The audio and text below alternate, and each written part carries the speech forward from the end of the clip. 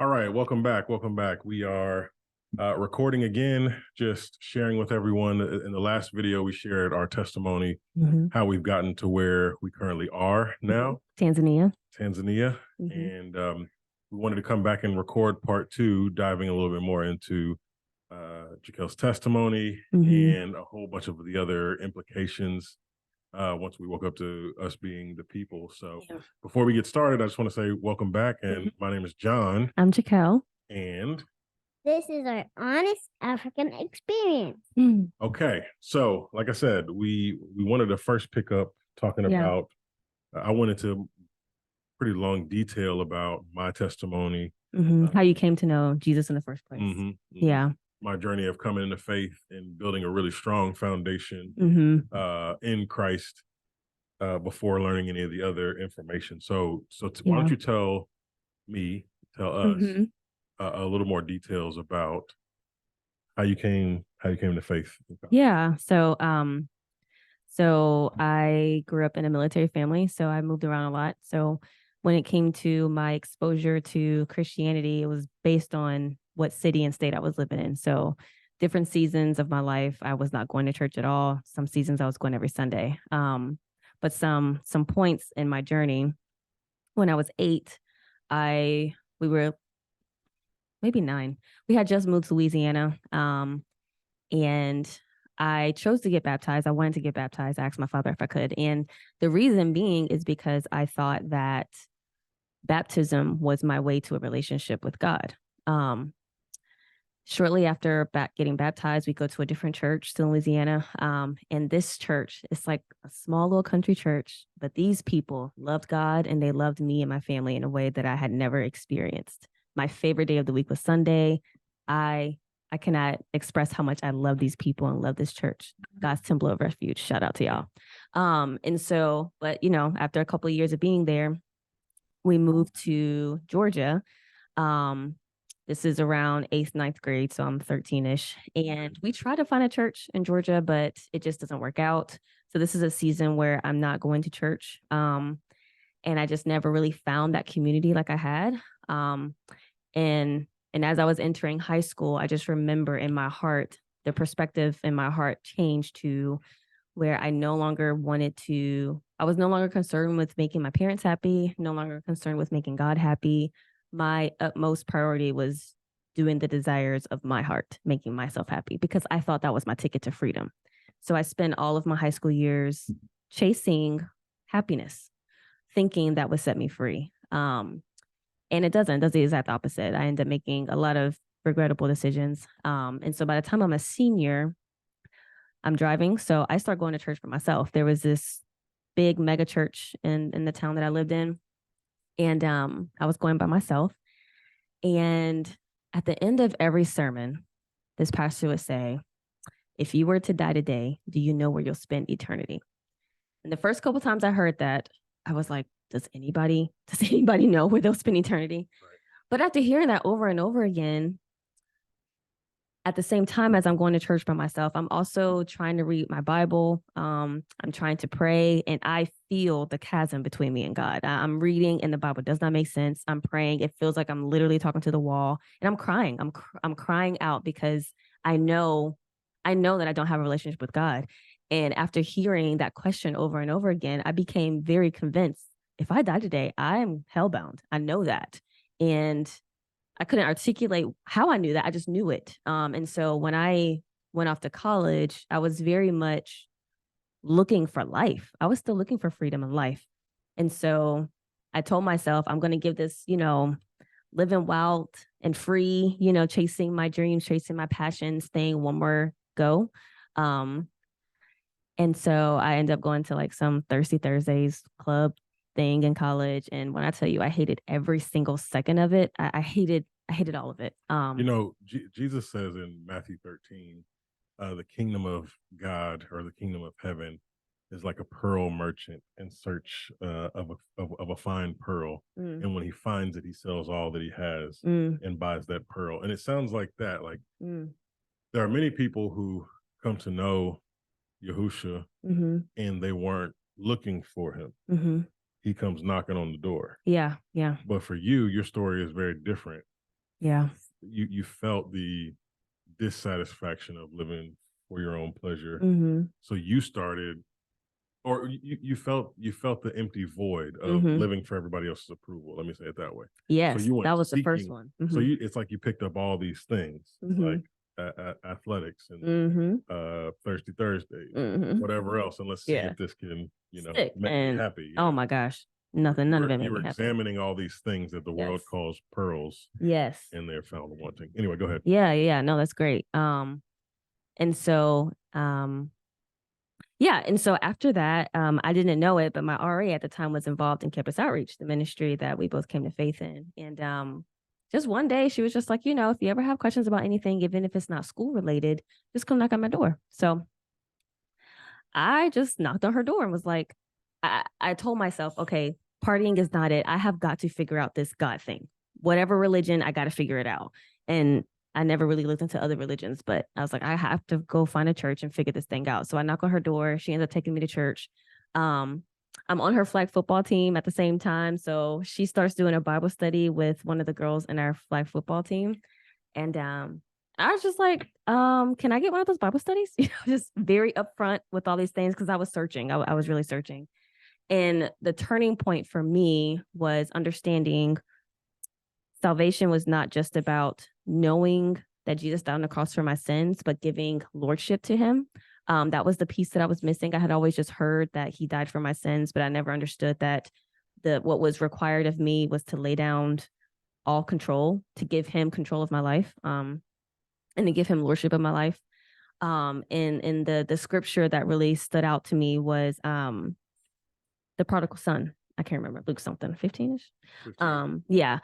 The prodigal son story of just how this son had just squandered all his dad's wealth. And when he came home, his dad received him with open arms. And that was my prayer. I was like, Lord, if you will receive me, I know that I've squandered everything you've given me, but if you'll receive me, you have my life, and October 27, 2009 is when I prayed that prayer. My life was radically changed. One of the first things I remember, and then we can go to the next thing, but one of the first things I remember is a week or two later, I'm sitting down with this friend that was sharing the gospel with me, and she starts teaching me how to study the Bible. And I go back to my dorm room and I'm reading 2 Corinthians. And for the first time, I'm reading the Bible and I can actually understand it. And I just remember just weeping because I had tried to read for so long, and now I had eyes that could see, and so radically changed. Yeah, I had a very similar really a very similar experience when growing up. Me and my mom would tell me Bible stories and stuff before I go to bed, and often she would say, read your Bible or whatever. So I remember one day when I was young, I was like, okay, I'll just do that, and it was the King James version, and I flip it open. And it flipped open to Kings. I was like, oh, that's interesting. I didn't know there was books called Kings. I like, I'd like to be a king. That's cool. Yeah. And I started reading and I mean, it's just completely, it's nothing. It means nothing to me. These are weird, complicated names. And I don't know what this has to do with anything. So I just shut it. I'm like, oh, the Bible. I remember it was like 8, 9, 10 years old. I remember consciously thinking, oh, the Bible's not for me. Like, so I can't understand this thing. And then saying when I came to college, or when I went to college, gave my life to Christ. I remember distinctly that I started reading the Bible, and I had 15 minutes or something before I had a class, and I was reading and reading and reading, and I looked up and I had missed class. Wow. And I was not a reader or anything like that growing up at all, not even a little bit. So I remember thinking, oh man, it's the first time it ever happened to me. I got lost in a book because every single word and paragraph started to make so much more sense to me. And I didn't need, a pastor or a preacher to necessarily tell me these things, but the Spirit was starting to make it make sense. That was a really significant game changer. Yeah. So I hope that's an encouragement to anybody that's out there that's, looking and searching. For sure.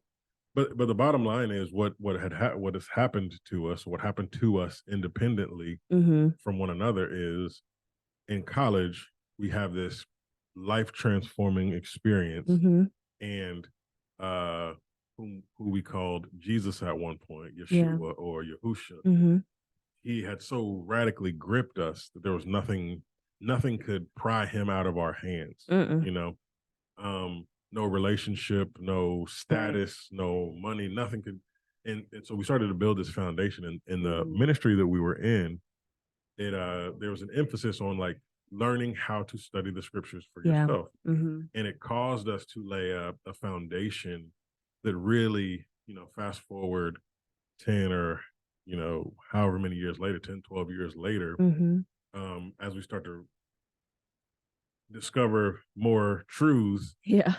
we had such a solid foundation that it didn't knock us off of who he is in the first place. Mm-hmm. So in the last video we were talking about, if you haven't seen it, go back and watch it. It's just our testimony part 1. Mm-hmm. But we ended it by saying, so we came to find out that we are the Hebrews of the Bible, the Israelites, the blood descendants of Abraham, Isaac, and Jacob. Mm-hmm. But then we asked the big question: so what? Right. So what? Because what are the implications? It doesn't matter if you know what bloodline you come from if you don't know right. Christ. Yeah, we said that. And if you do know Christ, does it matter who's who and what's what? Mm-hmm. And we came to the conclusion that it absolutely matters. Mm-hmm. And we had a really interesting experience. So why don't we start there? So we're Israelites. So what? So as we mentioned at the end of the last video, we're meeting with this family who also, who also just are coming to the same conclusions that we're coming to, and we're studying the scriptures together. And so some of the first things that we start looking at is the holidays, right? So and even before the holidays, it's this conversation of how do we, it felt like we just needed to start over. Just start at Genesis and just read the whole scripture all over again. Mm-hmm. And at page 1. And just like we said just a minute ago, for us, we knew like salvation was not on the table for us. You know, Jesus being our Lord and Savior was not on the table of for us. Right.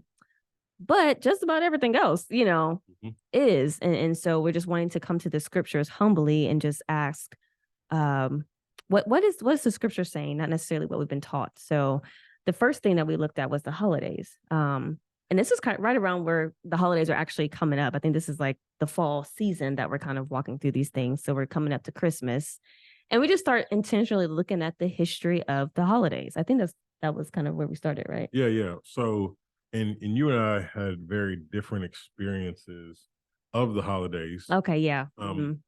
So throughout our marriage, we were creating these traditions for ourselves, for our new family. We're creating these new traditions. And so way before I knew that we were the people, basically growing up, Christmas was my favorite holiday. And you know, we would go to church. Sometimes we'd do Christmas plays, and we would talk about the birth of Jesus. And you know, we were convinced that, or I don't know where I heard this from or why I believe this, but you know, believe that Christmas or December 25th was Jesus's birthday, and you know, Jesus is the reason for the season, and we can't forget the real reason for the season, and all these kind of things. And I loved that time. And there was a whole bunch of nostalgia around the Christmas season for me because of my family, and my extended family, where I'm from in Atlanta.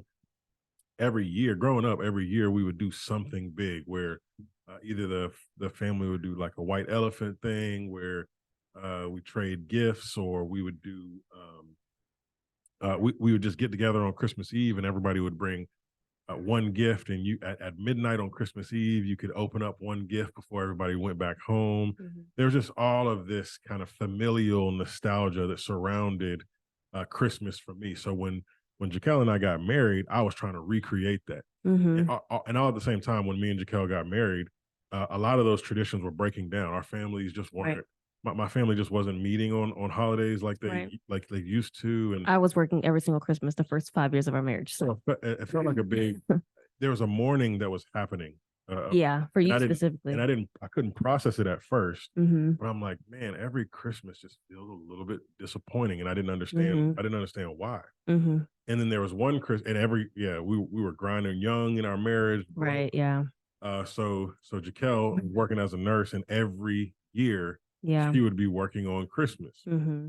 So there came a point where um there was a Christmas where Jaquel was working at the hospital. Oh, All of my we were working in this little college town where we didn't really know that many people. The people that we did know, they were spending time with their families. So right.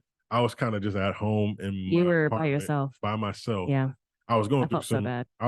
some like Serious clinical depression. depression. I was Yeah. on medication. It was crazy. It was some crazy stuff. Mm-hmm.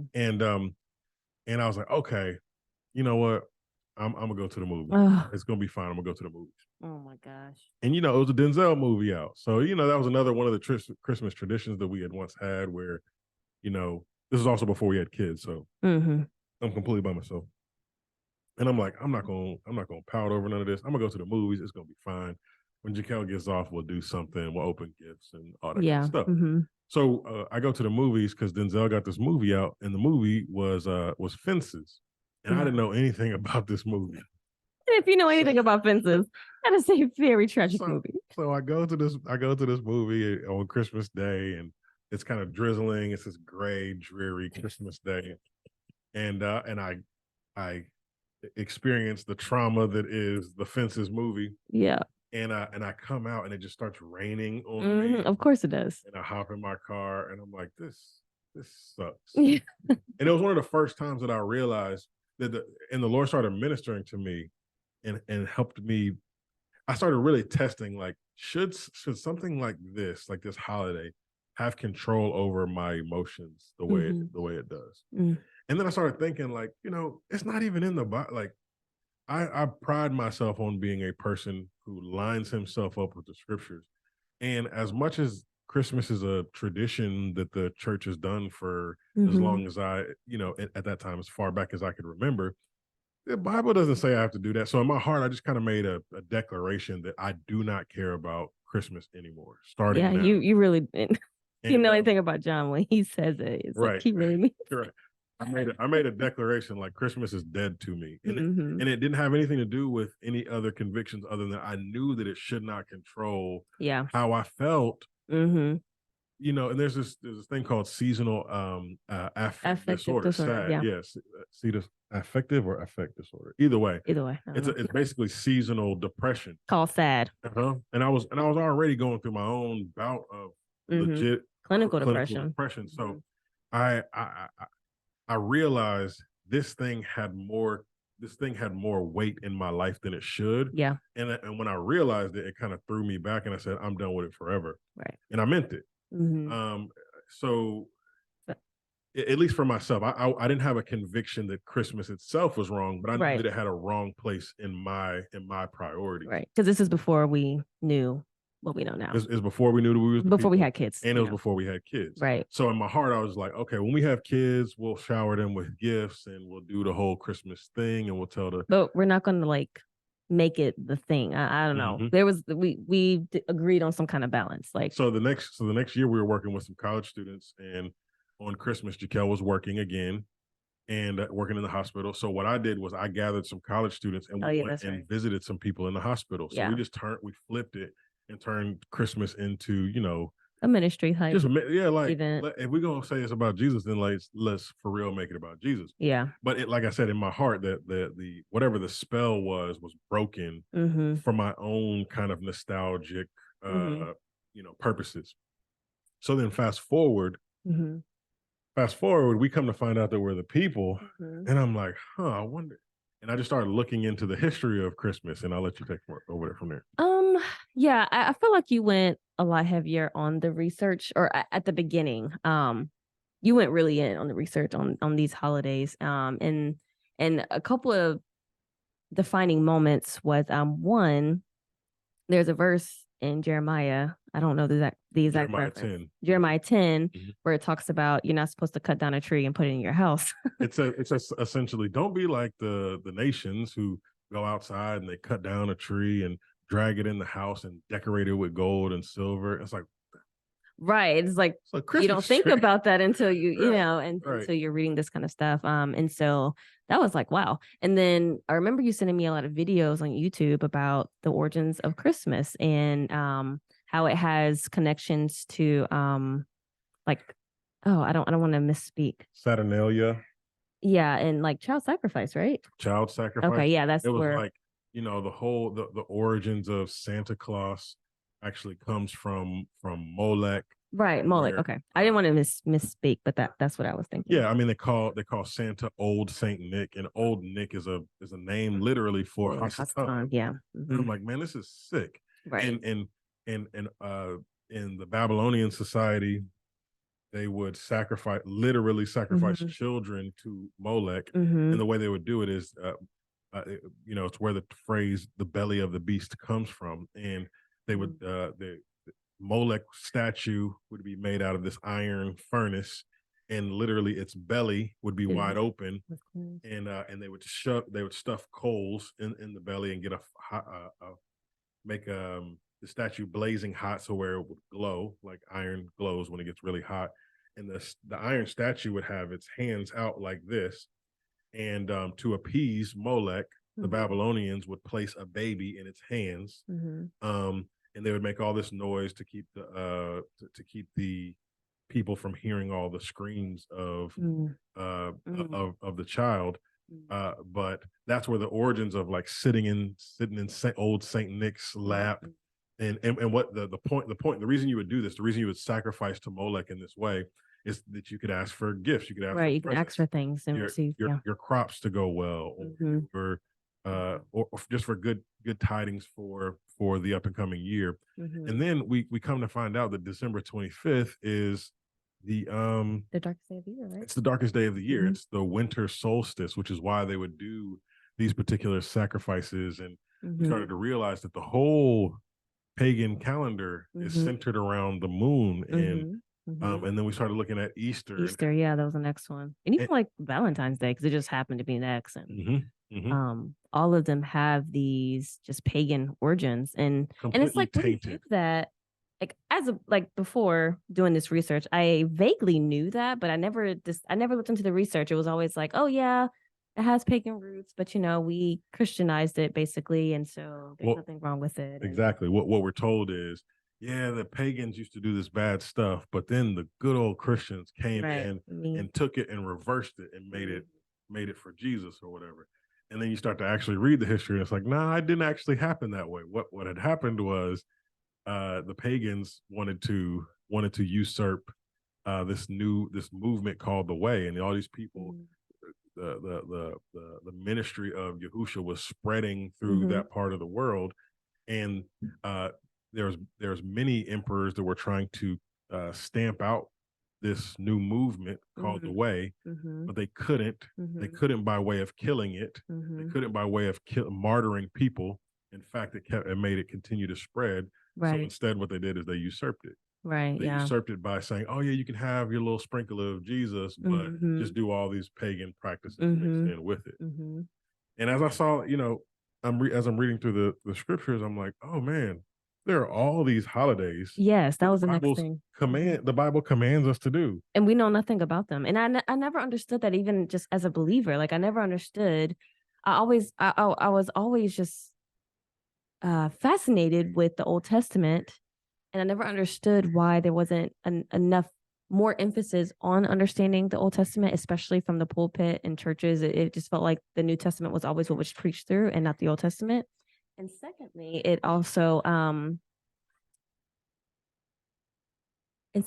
I never understood why, as believers, we didn't adhere to or know about or even try to understand some of these feasts from the scriptures. Right. And then even believing I was a Gentile, Yeah, exactly. Yeah. And then reading Leviticus, like it has this really strong language. Like this is a holiday and a festival forever throughout all your generations. And it's very clear that it's like the sojourners with you, So it's like, if I'm a sojourner, like I want to know about these holidays too, And you start looking at Jesus's life, and Jesus is keeping the feast days. Yeah. Doing what what we call the quote unquote Old Testament scriptures is telling him to do. Yeah. And then Paul, who trusts in Jesus and puts his faith in Jesus, he prioritizes doing these feast days. And you can't find a single person in the Bible who's doing Christmas or Easter or Right. whatever. And you're like, hold on. Yeah. Let's just back up. Mm-hmm. So that wasn't even supposed to happen.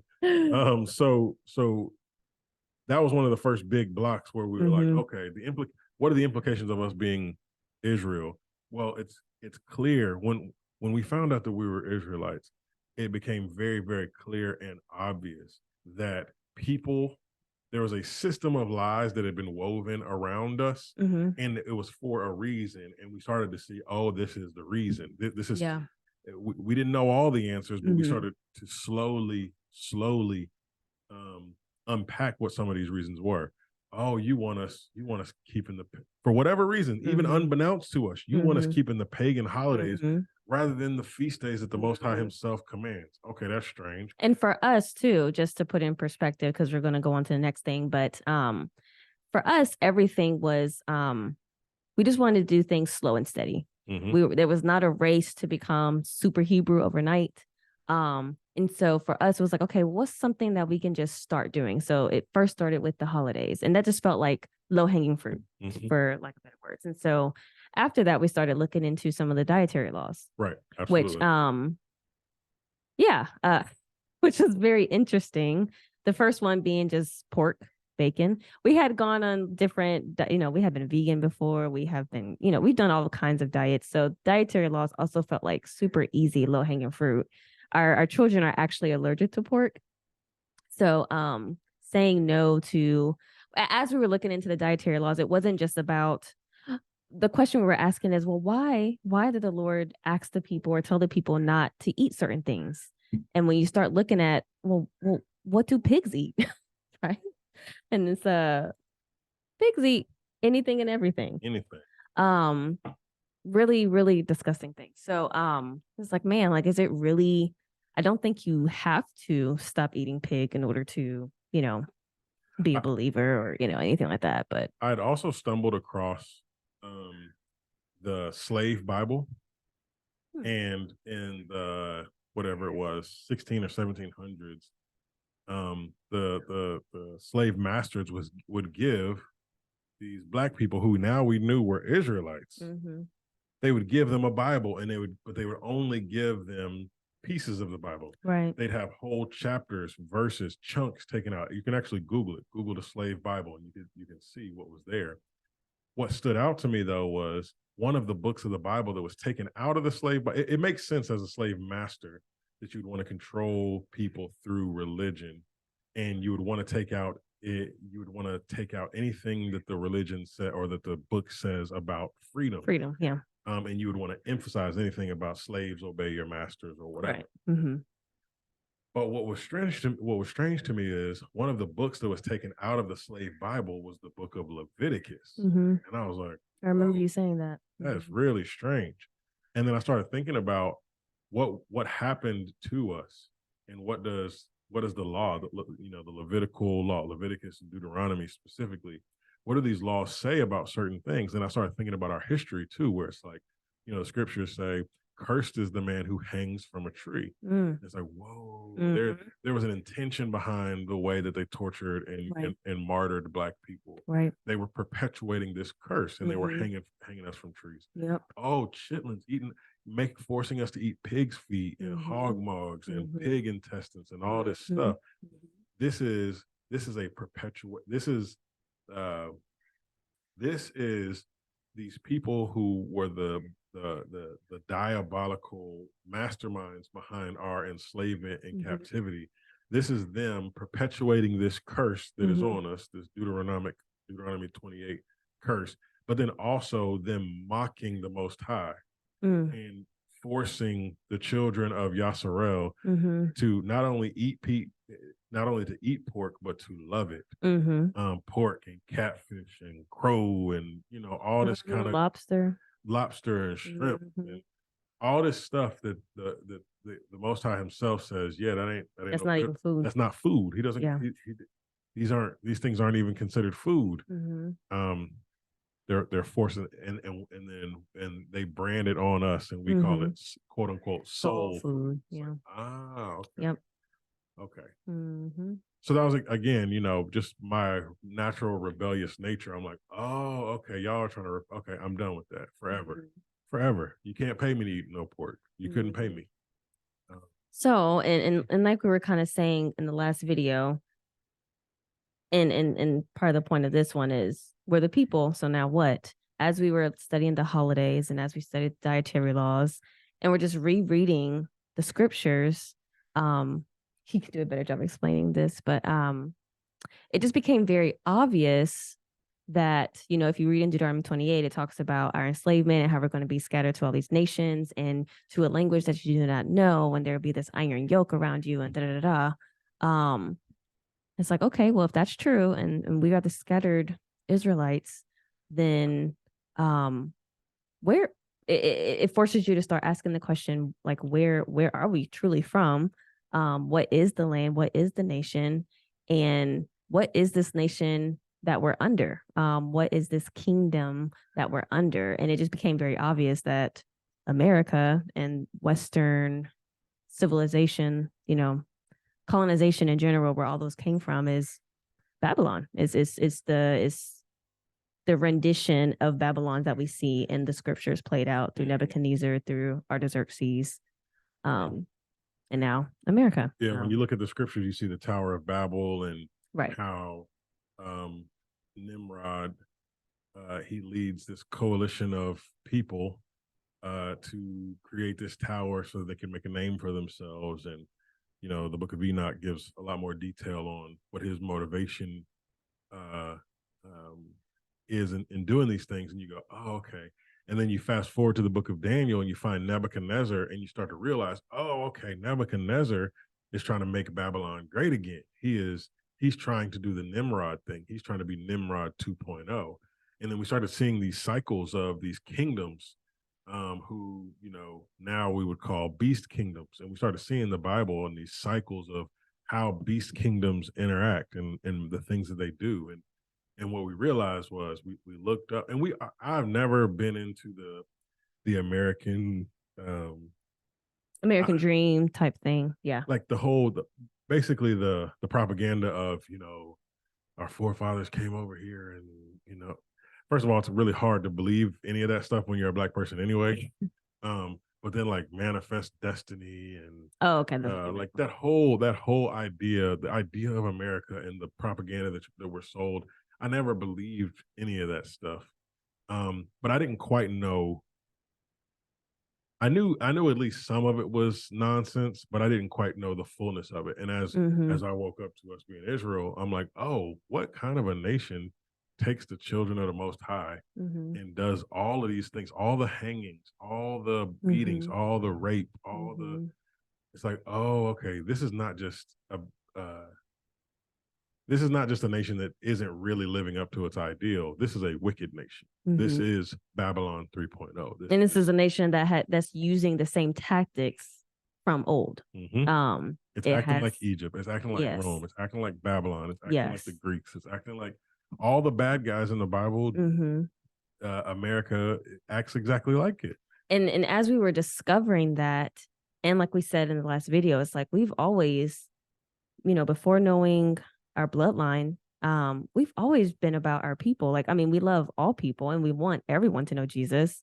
But we don't shy away from having a particular love and affection for our brothers and sisters of the flesh, of our blood. So which is exactly what Paul says in Romans chapter 10. Yeah, exactly. Like we've never shied away from that. So if this is if we're living in Babylon, it completely, for the last decade that we've been together, we've been trying to think through, like, how do we uplift Black Americans, Black and brown people in America? How do we how do we, through the gospel, how do we give justice and help people financially, and how do we build our community?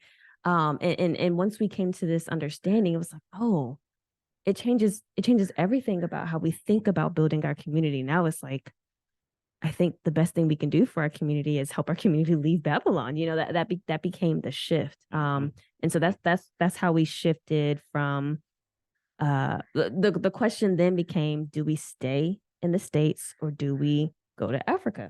And well, do we stay or do we go? Yeah. And if we go, where do we go? And if we go, where do we go? There's a time during the pandemic where I started like dreaming. First of all, I used to be terrified of airplanes. Yeah. Completely terrified. So even the idea of like up and leaving America was like kind of crazy because I'm like, I'm not going to get on an airplane. And I asked him good before we got married if he ever wanted to live overseas, because that was a dream of mine to live a season of life overseas. Didn't think I would do it married with kids. But and my answer essentially was, it's Black people here. What I'm going overseas for? Exactly. So and here we are. And living my dream. But what ended up happening essentially was, during the pandemic, I started like, for whatever reason, just started playing with it in my mind of like, what if we left? Yeah. And I looked at this. You remember that house that I looked at in Panama? The compound. Yeah, I remember. I know exactly. A compound, like a little bunker situation, some farmland, a house on this little hill, and it had enough acres where if other people came with us, we could. And I just started thinking about it. This is before we knew we were Israelites. Yeah, that particular part was. Anyway, then we found out that we are Israel. And it's like, okay, we got to get out of here. But then where are we going to go? What should we do? So we started looking, I think like most people, we started looking for West Africa, looking at Ghana. So the first couple of steps was John did the African ancestry because, Sierra Leone has started offering dual citizenship for people with their bloodline. If you take a specific African ancestry, find that you have Sierra Leone blood, then you can get your citizenship. So he was like, well, maybe that's like one way we can kind of narrow down a country. Secondly, we just went to YouTube, right? So we're seeing people at Ghana, seeing people in the Gambia, and seeing people in Tanzania. I think Ghana is like the more popular place. So that was kind of where we were looking. But Ghana had certain restrictions that kind of shut those doors for us, And so as we were kind of narrowing down, Tanzania had a good amount of Black expats there. And they were YouTubers that they seemed like they had a good life over there with kids. And they didn't have certain restrictions. They were like pretty open to receiving us and our family. So, and as we were just kind of like talking through it, we just kept talking about Tanzania. I don't know. It wasn't even, it just kind of became obvious. It was just, we kept talking about it. We kept looking into it.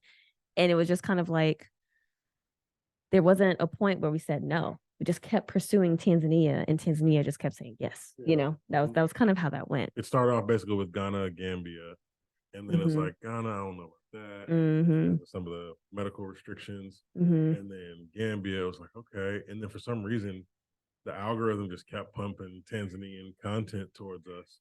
And as we kept looking, and I was more drawn to Tanzania for sure. Yeah, than you were. And but then it's slow, like you said. We didn't even really choose it. It just kind of became the conversation. Yeah. For whatever reason, it just kind of took over as the main conversation. We just knew. So we're having this conversation while I am like about to go into labor with our third child. So we know that our time in Nashville is ending, but there's a big question of like when and how. I was working as a pastor in Nashville. Yes. I was the only one working. She would stay at home with our other two children. About to give birth to our third, yeah. So the money that we were making was the money I was making was pretty good money, good enough for for us to pay all our bills and have a house and be okay. Yeah. So then we were basically confronted with we don't, as well as all the financial things that were happening in the States. This is what 21 we're talking about. Yeah. Or maybe 22. This was 22. Anyways, the housing market is kind of crazy. I can't remember exactly. Was it the interest rates were going up and up? We wanted to make sure that we felt the urge to sell our home quickly before we weren't able to sell it. But the question is, okay, if he quits his job, we no longer have income. There's only a certain amount of money that we can live on, before we have to leave. So even at that point, leaving Nashville, we're like, we decided that we're going to move to Atlanta. and we're going to move in with his parents. And from there, we will either settle in Atlanta, or from there, we're going to move to Tanzania. I remember distinctly, I called my mom, or maybe she called me, and we're talking. And she was like, "How's everything going?" I was like, "Well, Ma, I need to tell you that we are moving to Atlanta." And she says, "Oh, you're moving in with John's parents?" Or no, she said, "Oh, you're moving in with John's parents." That's how she said it. And I said, I don't know, you know? And she said, "Oh, I already had a dream about it." And I was like, "Time out. What are you talking about?" And she said, "Yeah, a few months ago, I had a dream. It was sunny outside, but it was cool. And you were moving into John's parents' house. I see it as clear as day." And she said, "I thought it was going to be spring, but now that you're saying it, I guess it's the fall." And sure enough, a month later, after she tells me about that dream, we move into my in-laws' house, and it is bright and sunny and cool outside. And so for me, that was a really comforting, I guess, what do you call it, prophetic dream that my mom had, because there were just a lot of questions. Like this was wild. Yeah, for me, it started to become an integrity issue. Like I'm a pastor at this church, but now I've got this, loaded gun of information basically, and I don't feel safe to share it at the place that I'm in. But I'm not going to say anything that I don't believe that the Most High has given me to share. So the way I was teaching Bible studies and the way that I was preaching was just changing. Not the message of salvation, but just the way that I saw certain things. And it became very clear to me, like, oh, these people don't necessarily want the kind of change that I would want to implement anyway. So I just need to give them into the hands of the Most High, and I need to withdraw myself from it. But if I do that, where am I going to go? What am I going to do? Integrity with providing for our family as well. Exactly. So it was a big faith. It was a big step. It was for us. It was a big leap of faith to move, to quit my job and then to move in with my parents. And we thought that we were only going to be in my parents' house for a month or 2 months. When he first proposed the idea, I think Zariah's like 4 weeks old, and he first proposed the idea. I was like, 6 weeks. I'll give you 6 weeks. And I made a joke and I said, let's just stay there for 6 months, He used to make me so mad with that joke. I was like, you better not. I give you 6 weeks and we got to find somewhere else to stay, I really didn't want to move. And I didn't want to be in my mama house for, I'm too old for that. Yeah. And so we moved into my parents' house, and 6 weeks turned into about 10 months.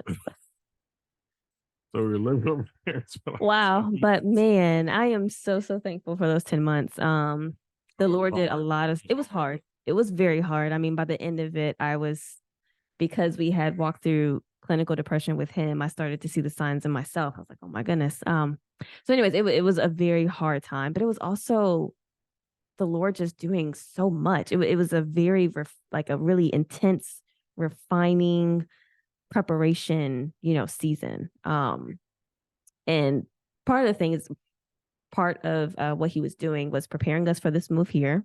Some of the internal work that needed to happen to prepare us to be here. But also, when we first were leaving Nashville, we'd be like, man, wouldn't it be so cool if your parents came with us to Tanzania? And that was a pipe dream. Yeah, that was a pipe dream. Yes. That never happened, but that'd be pretty cool if it, one day maybe. Maybe like 6-8 months into us living with them. Did your parents come to you? It was about 6 months in. I think we had gone somewhere. Either we went to the mountains or something to hang with our friends or something, and we came back. Oh, and my dad pulled me to the side, and he was like, something about, because we had been, it had picked up steam. It started to become very obvious that because we sold our property in January. Sold our property in January, and then by March, I think you had bought tickets to go visit in May. So around that March time, things got really rolling. I guess you could say. Yeah. Right. Well, what I was gonna say is. Oh, sorry. What I was gonna say is when we came back, my dad was away from the grandkids for a couple of days, Mm-hmm. and we had been telling my parents like, yeah, we love y'all, but we gone. Yeah. We love y'all, but we're gone. Just based off these, new biblical convictions that we had about what America is and the just due that it has coming to it. And the scripture just explicitly saying in Zechariah, you who are in Babylon up, flee from her so you don't share in her plagues. So we had been telling him that already. And when we had come back from this little trip that we had taken, he said he was like, yeah, y'all were gone for a weekend, and I instantly missed specifically our two little girls. Mm-hmm. He was like, y'all ain't going to Africa without us. Mm-hmm. And I was like, okay, come on if you want to come. And it go ahead. Oh, and then it became like very clear, like, hey, your mom and I have talked and we are very serious about going with you guys. It became like not just something cute to say, but like, oh, like we need to change how we're doing this and and make this happen. So, and I didn't really believe my dad at first, right? Because like I think he'd probably be crazy enough to come, but my mom she ain't moving to Africa. Like it really wasn't confirmed until your mom confirmed it. Oh, for sure, Yeah. for sure, for sure. Yeah. So I was being a 35-year-old man living in your mom's basement is not like what I had planned for my life. And that's not the trajectory I was on. I was making good money. We had a rental property that was doing well. This like side business was great, making decent money. We're standing on our own too. Like it's just we were making all these taking all these steps that were really wonderful, right? And so now to find myself in my mom's basement, I got three kids. My wife, neither one of us are sleeping because the baby's, brand new, and I'm waking up every day in my mom's basement. It was kind of torturous. And what we thought was going to be 2 months got extended, and the more and more got extended, it became really difficult. But then when my dad said that, and then eventually as it became very obvious that they really are going to move with us, I was like, oh, that's what this was about. Mm-hmm. They would have never, if we would have moved just straight from Nashville to overseas, they would have said, okay, send us a postcard, see you when you get whatever. But that season of us being there for that extended amount of time, it became very obvious to them, and at some point we'll have them on to tell their side of the story, but it became very obvious to them that they were meant to come with us. And all of the heartache of being a 35-year-old man in your mama's basement, all of it suddenly became worth it, because I'm like, wow, like he's really worked this thing out to where it's not just going to be me and my wife and my kids. Now it's going to be, we're going to have the support of having grandparents with us, and now they get to be retired and get to see the continent, and like it's just this. It's like, man, I couldn't have written it up better than this. Right. Yeah. There's still several more of you out there that we want to come here too. So there's more grandparents that we're hoping will move here one day. Yes. Yeah. Okay, so where are we?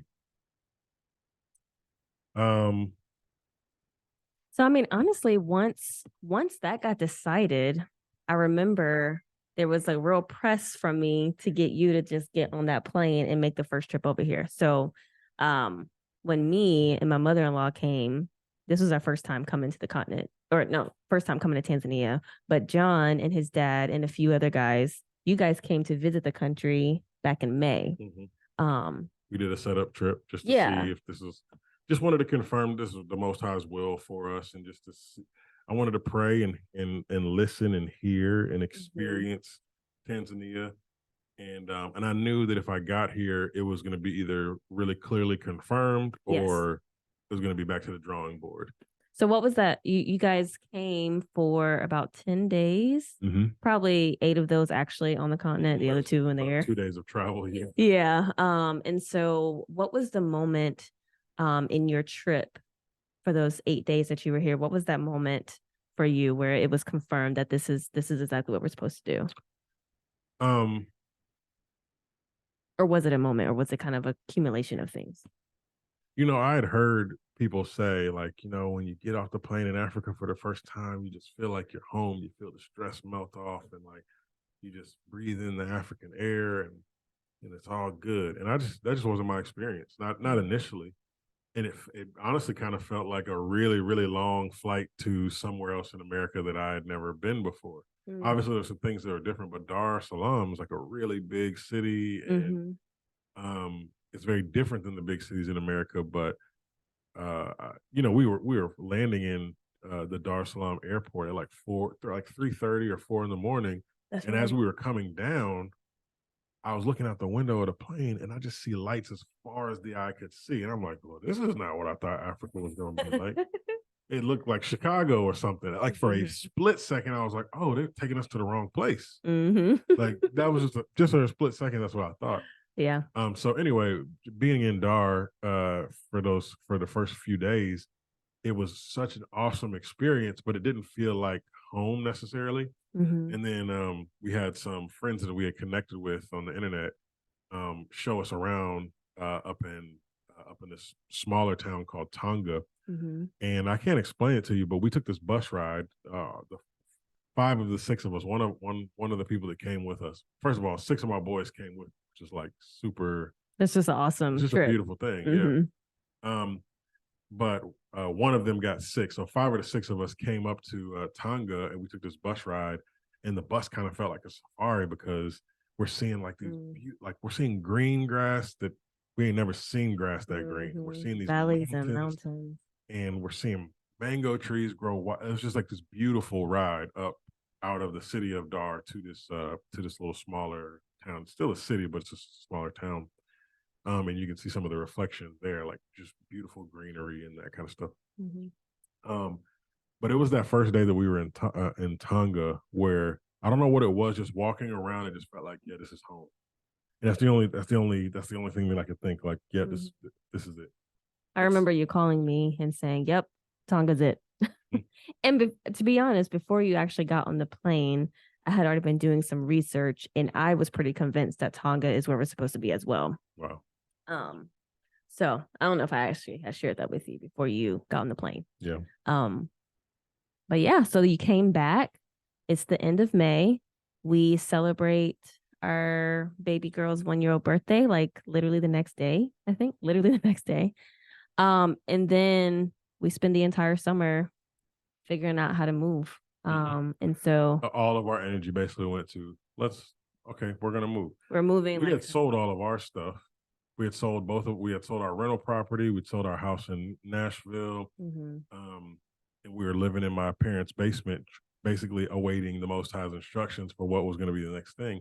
But then with my parents coming, now it's like, oh, okay, now they got to sell their house. Now we got to sell all of our belongings. Now we got, and that became its own project of its own. And so until the very last day when we were getting on the plane, we were doing a whole bunch of stuff to close out our time in the States. Okay, so that's kind of our story. You know, we became the people, and it caused us to the foundation didn't change, right? But what started to change was a lot of these things that were built into our relationship with God that we didn't realize were just made up cultural things that actually had really dangerous origins. Those things started to fall off. Our allegiance to things that weren't explicitly Bible things, all those things started to fall off. And we started to realize that in eschatology. So first of all, in seminary, one of the things I was really struck by is, you know, these people are teaching us the Bible and stuff, and they've got all of these clear boxes for soteriology and ecclesiology and epistemology and all these different big words, right? But then when it came to eschatology, which is the study of the end times, the boxes weren't so clear. They were like, well, some people think this, and some people think this, and some people think there's a rapture, and some people think there's not. And I was really struck while I was in seminary years ago about the lack of clarity that people had with the end times. And one of the things that started to really clarify for us is, the reason a lot of people don't have clarity on what the end times is and what happens, or they think they have clarity but are just, quite frankly, wrong, is because they don't have the right people in the right seats. Mhm. And when you put the right people in the right seats, there's a lot of things about our world and its current condition Yeah. that make a lot of sense. Right. And Right. so we're the people, so what? The biggest so what was um how we see what the Most High intends for his people. One of the big things that I noticed in the scriptures is the Most High a bunch of times because of Israel's disobedience, big loud crow. Mhm. The Most High a bunch of times because of Israel's disobedience sends them off into slavery. Mhm. And this last one, what we call the transatlantic slave trade, it was the biggest one. It was the worst one. Mhm. But the Most High never leaves his people Mhm. spread out. So I became to realize and become convinced from the scriptures that there's going to be this final gathering where Mhm. the Most High is going to gather his people back and bring them back into the land and plant them back into the land. Mhm. And there are many people who think that that's happened already in Mhm. 1948, but now knowing what we know that's an absolute impossibility. Mm. So our eschatology greatly changed when we found out that we were the people, Mm. and now we're living that out. Mhm. So, Yeah. any final words of wisdom, or what should people do with this information? They find themselves, Yeah. they stumble on our YouTube videos because, or on this YouTube video because maybe they're in a similar place to us. What advice would you give someone who's just finding out that they're Israel, or they're a Gentile and they're just finding out that Black people are the Israelites, and that has these crazy implications for a lot of things. What should they do? I mean, the first thing that comes to my mind is to be steadfast in prayer, because I think it's very easy to go on the internet and to just find a lot of information, and everything has to be vetted through the scriptures and through the spirit. So, um, and to not get overwhelmed with, should I do this, should I do that, who should I listen to, this and that. To go slowly through the scriptures and to pray and to ask the Most High to show you what is true and what's not, and to vet everything. And if you're in a place where the Most High is calling you to take action, don't be afraid. He does not leave any of those who follow him. Yeah. He will not forsake you. There were so many like tests in this process of, are we going to trust the Most High to come through for us? Leaving a good stable job and all these different things. And it's, you can't go to the next step that he has for you until you're faithful with the one that is right in front of you. So whatever he's calling you to right now, have courage and step into it. And we don't know exactly where the path leads to. Only he knows that. But as long as we are faithful to take the next step, he is faithful to provide and to make way to continue the path. So vet everything and don't be afraid and discouraged. Yeah. So that's my tidbit. Well, cool. Yeah. Hopefully, if you made it to the end, thank you for sitting in and just listening to us and hearing our kind of process and story. But this podcast, as we go forward, is going to be called Our Honest African Experience, and that's what we promise to do. We promise to give you real time, um, week to week analysis of the interesting things that we bump into. And it's already been, we've only been here for a few months now. 2 months. And we've already had, it feels like 10 years worth of experience just dealing with the local government and the customs agents and local people and taxi drivers and Yes.